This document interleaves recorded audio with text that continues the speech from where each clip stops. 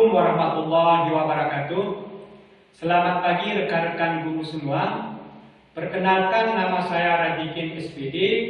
Saya mahasiswa pendidikan profesi guru atau PPG dalam jabatan angkatan kedua di Universitas Islam Negeri Aranyiri Banda Aceh tahun 2022.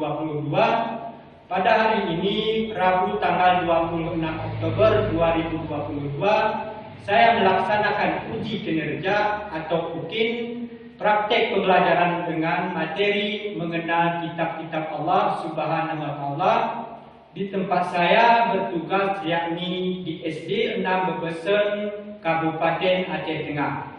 Untuk lebih jelasnya, mari ikuti video praktek pembelajaran saya. Assalamualaikum.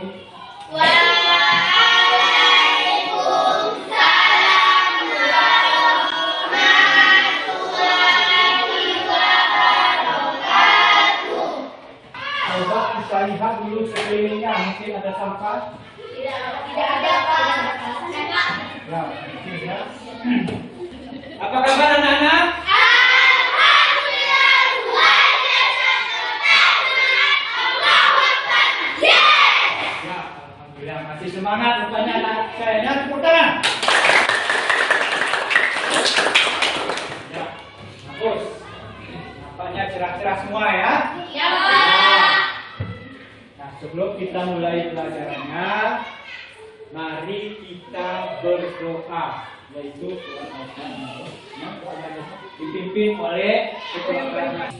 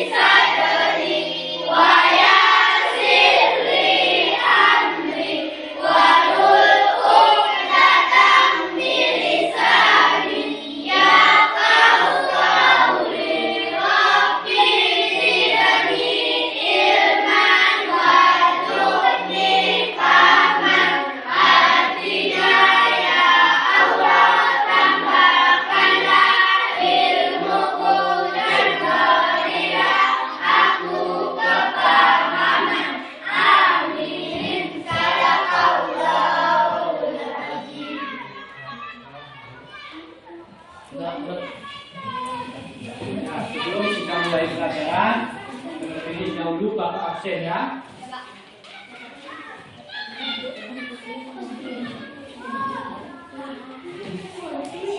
Hai Noviani.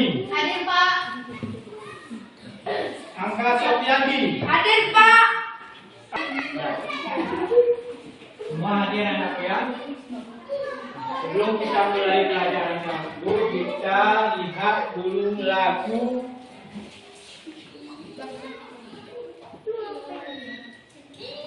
Ya, mari kita dengarkan lagu bersama-sama ya. Nyanyi Bu ya.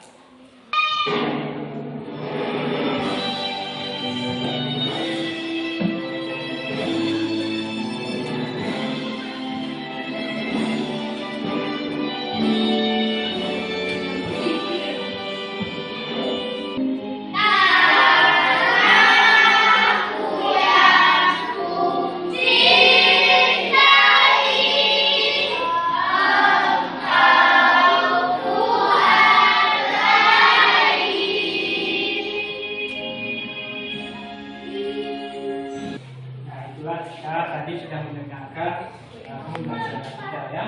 Nah, sekarang kita lanjutkan ke pelajaran, yaitu tentang mengenal nama-nama kitab Allah. Sebelum kita melanjutkan ke pelajaran kita, terlebih dahulu minggu kemarin sudah kita mempelajari tentang nama-nama Asmaul Husna. Berapa kemarin sudah kita pelajari tentang Asmaul Husna? 4 ya. 4 kemarin sudah kita pelajari tentang Asmaul Husna. Apa saja itu, Nak? Al-Muqim, Al-Hayyu, Al-Qayyum, Al-Ahad. Ya, kita tepuk semangat semangat. Ya, sekarang kita lanjutkan ke pelajaran yaitu tentang mengenal kitab-kitab Allah.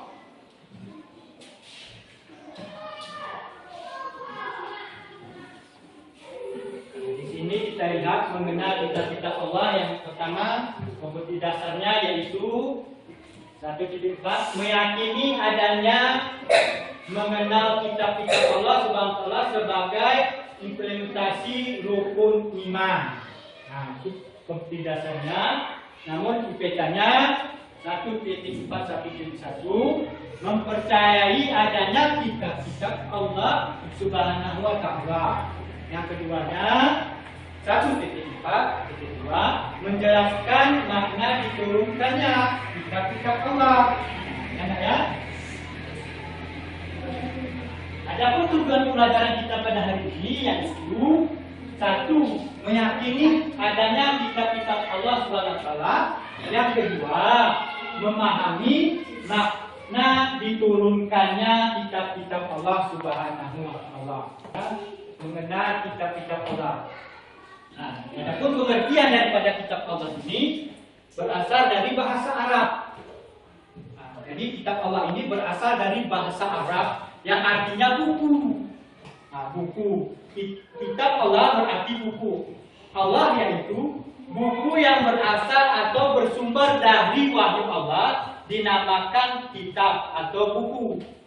Karena bentuknya seperti buku, berupa lembaran-lembaran yang di dalamnya tertulis ajaran diwahyukan Allah kepada para rasulnya.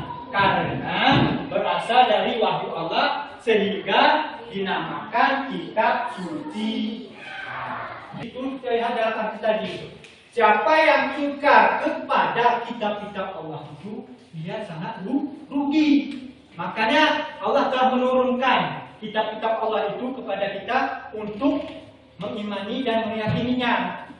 Bagi orang yang tidak mengimaninya, dia sangat rugi.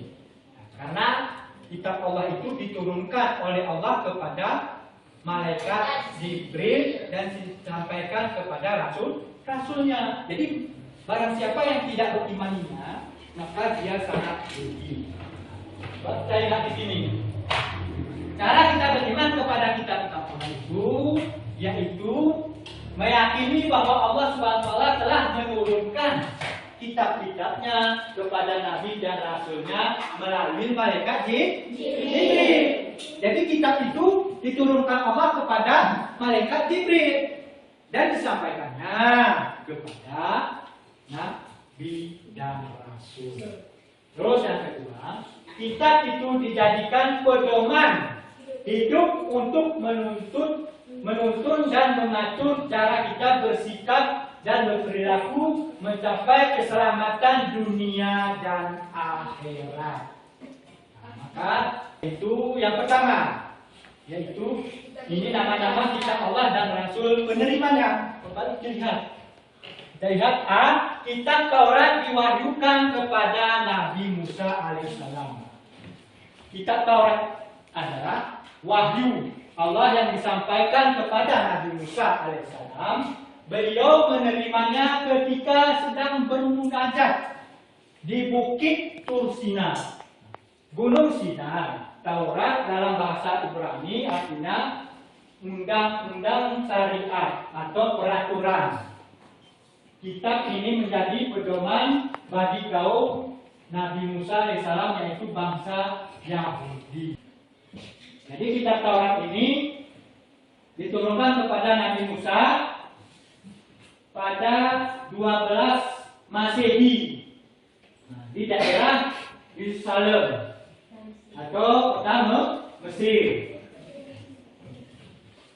Kitab Taurat menggunakan bahasa Ibrani. Kitab Taurat mengandung beberapa ajaran pokok. Di dalam kitab Taurat ini ada ajarannya. Ajaran pokoknya seperti 1.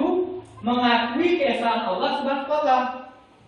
Yang kedua, larangan menyembah patung dan berhala, karena Allah tidak dapat diserupai dengan makhluk-makhluk lainnya. Nah, jadi Allah itu tidak dapat diserupai oleh siapapun. Nah, makanya ini betul-betul gambarnya, karena di awal tadi bentuk buku katanya kan, bentuk buku. Artinya ini bentuk-bentuk gambar, bentuk Tauratnya.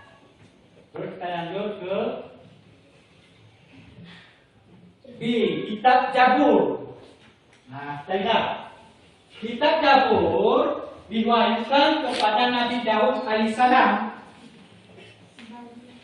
Kitab Zabur diwahyukan dalam bahasa Ibrani. Zabur disamakan dengan istilah yang artinya seperti lagu, musik, atau pujian. Kitab Zabur ini menjadi pedoman bagi umat Nabi Daud. Pada masa Nabi Daud. Isi kandungannya atau di dalam kitab Zabur ini ada 3 isi pokoknya, yaitu pertama doa dan zikir, 2 nasihat, hikmah dan pedoman perbuatan kebaikan, terus yang ketiga ajaran kebenaran. Ini dalam dalam kitab Zabur. Kitab Zabur tidak mengandung aturan hukum atau syariat. Kandungannya hanya mengenai berita, cerita, zikir, doa, hikmah-hikmah yang lainnya. Oleh sebab itu, Nabi Daud tidak mempunyai syariat tersendiri. Nabi Daud alaihissalam dan umatnya mengikuti dan meneruskan syariat yang dibawa oleh Nabi Musa. Gambar bukunya. Nah, ini contoh-contohnya gambarnya ya. Nah, ini dalam kitab Zabur. Kita lihat selanjutnya. Di kitab Injil. Kitab Injil ini diwahyukan kepada Nabi Isa alaihissalam. Kitab Injil adalah wahyu Allah yang diturunkan kepada Nabi Isa alaihissalam yang diutus oleh Allah kepada kaum Yahudi untuk meneruskan ajaran yang dibawa oleh Nabi Musa alaihissalam. Dan Nabi Daud alaihissalam, kitab Injil ini bertujuan untuk menyempurnakan kitab Taurat. Namun dalam perkembangannya umat Yahudi tetap memegangi kitab Taurat dan tidak menerima kitab Injil yang dibawa oleh Nabi. Kitab Al-Quran. Kitab Al-Quran ini adalah kitab yang sempurna yang diturunkan kepada Nabi Muhammad SAW. Kitab suci terakhir yang diwahyukan Allah adalah kitab Al-Quran. Kitab ini diwahyukan kepada Nabi yang terakhir, yaitu Nabi Muhammad. Tauhid, yang pertama tauhid, yaitu ajaran tentang keimanan akan keesaan Allah Subhanahu wa taala. Umat Islam harus meyakini bahwa Allah itu hanya satu. Yang kedua tentang ibadah. Yang ketiga tentang akhlak.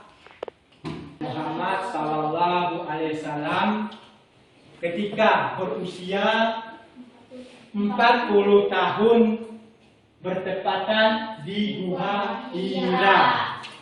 Ada yang bertanya? Hah? Tidak ada? Ya, kalau tidak ada, Bapak yang bertanya. Kitab apa yang pertama tadi, Nak? Kitab Taurat. Kitab Taurat. Terus yang kedua? Kitab Zabur diturunkan kepada siapa, Nak? Nabi Daud alaihissalam. Betul. Terus yang ketiga? Kitab Injil diturunkan kepada Nabi Isa alaihissalam. Yang keempat? Kitab Al-Quran diturunkan kepada Nabi Muhammad SAW. Ya, sebelum kita belajar berikutnya, maka di sini kita akan membagikan tugas kelompoknya. Ya, Nanti dibaca satu kelompoknya ke depan nak ya. Kelompok B-nya tentang Zabur, kelompok C-nya tentang kitab Allah. Nah, ini ada 3 kelompok. Nah, siapa yang ketua kelompoknya? Tolong dituliskan terus nak ya, dan dibaca judul-judulnya, yaitu tentang nama kitab Allah. Coba kerjakan terus nak ya, nah ribut ya nak ya. Semuanya mencari jawaban, ya. Coba siapa yang terlebih dahulu maju ke depan untuk membacakan hasil kelompok A? Oh ya, kelompok A terlebih dahulu. Ya, maju. Jadi kelompok A telah mau membacakan hasil kerjanya, yaitu tentang kitab Allah, yaitu Al-Quran. Coba kami persilakan kelompok A membacakan tugasnya. Nama-nama kitab-kitab Allah Al-Quran. Kitab Al-Quran. Kitab Al-Quran mulai diturunkan kepada Nabi Muhammad SAW. Lanjutkan ke kelompok B.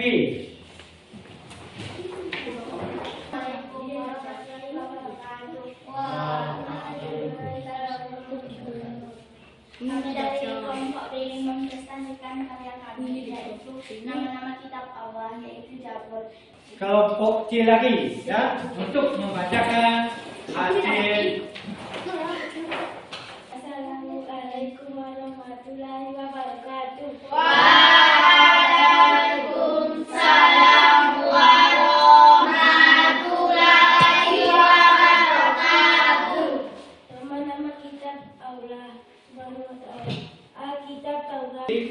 Ketika kelompok ini adalah tugas kelompoknya sudah siap, maka kita lanjutkan, yaitu nah, adapun di sini kita pelajari tadi tentang kitab-kitab Allah. Ada 4 tadi nak ya. Yang pertama Taurat, Zabur, Injil, Al-Quran. Jadi keempat itu adalah kitab Allah yang wajib kita ketahui dan kita imani ya nak ya.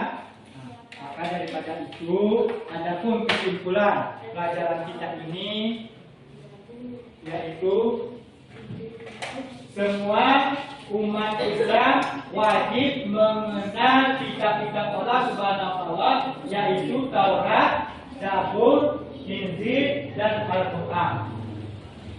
Kitab-kitab Allah Subhanahu wa taala membawa ajaran terpuji bagi umat Islam. Jadi umat Islam ada 4 nama kitab-kitab Allah yang wajib kita ketahui.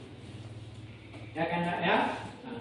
Sebelum saya akhiri, Assalamualaikum warahmatullahi wabarakatuh.